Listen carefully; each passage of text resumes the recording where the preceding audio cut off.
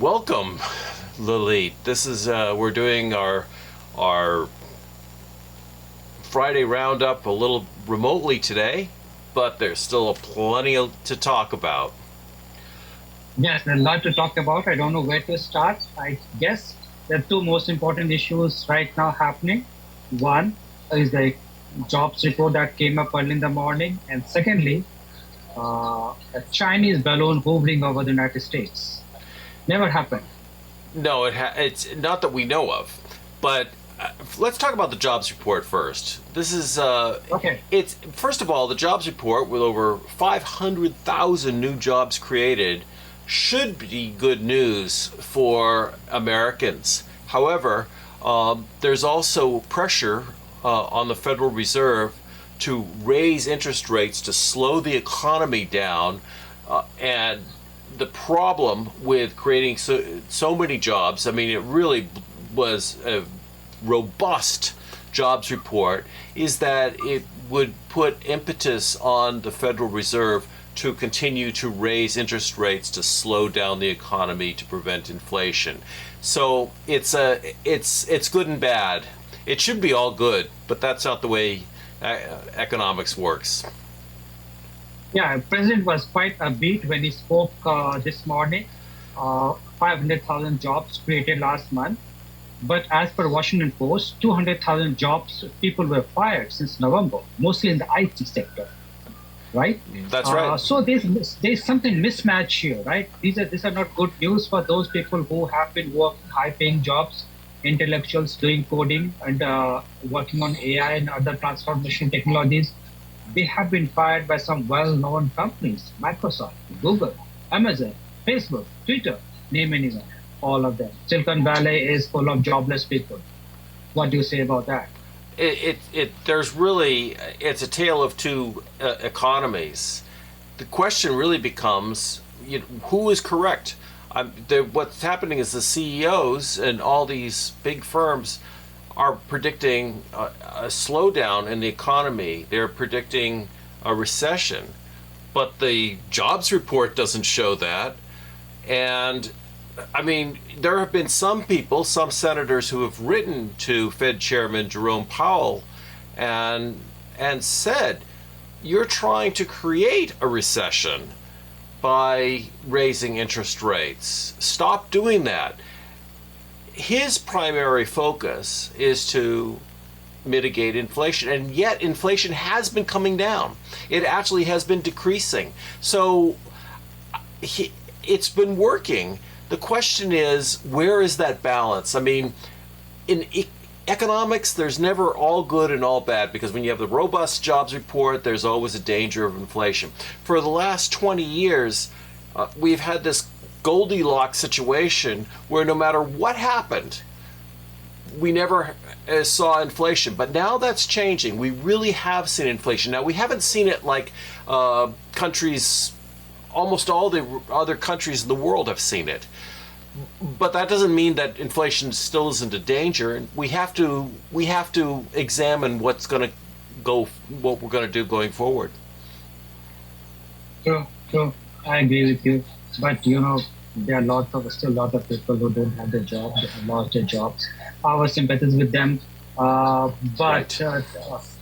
one good indicator of the economy is the housing market, where the mortgage rates had gone up, and I heard the latest figures is coming down gradually. Yep. Not there yet, but it has started coming down. So that's one good sign. Uh, should we move to the other topic? Yes, let's move to the topic that everybody is talking about and is a buzz, and That's fiber. it's a That's topic fiber that's room. kind of floating in the ether. So they literally floated. But Yes. on the serious matter, why the Chinese balloon is hovering over the U.S. sky? Well, it's the reason is because of all the ICBMs that we have planted in Montana in the Midwest. I actually was trying to do some geolocation data to map out where those various silos are. I can't find it. I'm sure that the information is classified, and as part of a report to show why China is doing this. It is a very big worry because it also indicates that for whatever mitigation strategies that we have in place to slow down arms races with Russia and China, this seems to indicate that China is not interested in slowing down the arms race, but speeding it up. If they're floating spy balloons over our landscape, it says that they are intent upon building ICBMs of their own. They want to see what we have and maybe target what we have. It's a very worrisome situation. And Secretary of State Antony Blinken was scheduled to meet with Xi Jinping, and that has now been put on hold as a result of this balloon. A senior administration official told reporters last night that the size of the balloon is about 3 buses. Can you imagine? 3 buses, huge, humongous balloon. Well, it's first of all, it's up in the stratosphere. It's very high up, and second of all, we don't know what electronics it has on board. It must obviously have cameras and eavesdropping equipment.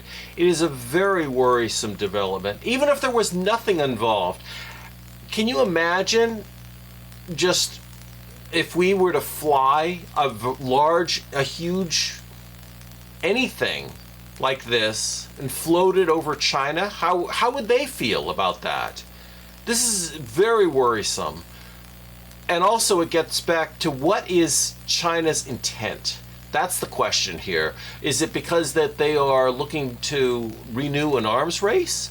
Or is it that they are intent upon invading Taiwan, which of course we are very worried about. And now Secretary of Defense Lloyd Austin has gone to the Philippines to begin the building of new Air Force bases in the Philippines. This is the first time in decades that the United States has done that. But the reason we're doing that is because we are very worried about China's intent.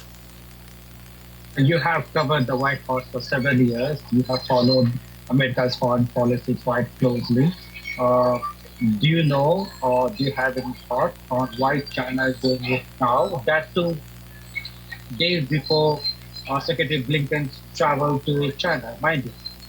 I should remind you that since 2018, no Secretary of States have traveled to China. This would have been the first visit by the top American diplomat to visit. I do have a reason to believe, and that is that why we are building bases now in the Philippines? What do we think is happening? And there is speculation among analysts that Xi Jinping is worried about his rule in China. He has probably the most powerful rule in China, but it's a very fragile rule. And China's economy has not been growing at the rate that it should have been growing over this time. COVID has had a huge impact, but it's also been China's response to COVID that has had a huge impact. As a result, we are very worried that Xi Jinping could do something to distract from his sour economic numbers, his terrible COVID response. We don't know how many people in China have died from COVID, but considering how many crematoriums are ablaze in China, it's a very, very large amount. And so as a result, there is a lot of reason for China to be worried, which means we need to be worried. Yeah, one of the signals that China wants to send to the United States that, look, I can enter into your territory. Right? This is the precise message I think the Chinese are sending to the Americans. And this was we're trying to test waters to what extent, what steps can United States take. Because, I guess in the previously as well, as we were told during the Pentagon briefing today, there have been some similar efforts where the Chinese balloon had either come or included into our territory, but those are classified documents. Nothing much information has come out yet. But this is what the Pentagon spokesperson said. For the first time, the United States has acknowledged that the spy balloon has entered its territory. It raises all sorts of questions, Lily. It raises all sorts of questions. One of the biggest questions that we have working with China is intellectual property theft. Huawei which has been on the forefront of building out 5G, is thought to be tied to Chinese intelligence gathering. So as a result, the United States bans Huawei's hardware from any government computers.